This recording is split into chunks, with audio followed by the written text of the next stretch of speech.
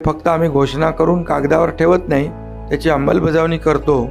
केवळ राज्यातच नाही तर देशभरामध्ये एक मोठी झेप घेणारा मराठवाडा असं आपण पाहतो. तुडुंब भरलेल्या नद्या, हिरवगार शेत ही गोष्ट स्वप्नवत वाटावी अशी मराठवाड्याची स्थिती होती. दरवर्षी दुष्काळाला सामोरं जावं लागायचं. पण ही परिस्थिती बदलणार आहे एकनाथ शिंदेंच्या 45,000 कोटींच्या विकास पॅकेजमुळे. या पॅकेजमधून 21,580 कोटी मिळाले आहेत सिंचनासाठी. गोदावरी खोऱ्यातून मराठवाड्याला पाणी वळवणं, 35 सिंचन प्रकल्पांचं काम सुरू करणं ही कामं यातून होणार आहेत. रस्ते, पूल, शाळा, रुग्णालय यासाठी 12,938 कोटींची गुंतवणूक करण्यात आली आहे. शेतीसाठी 709 कोटी आणि पशुसंवर्धन व मत्स्य व्यवसायासाठी 3,318 कोटी रुपये देण्यात आले आहेत.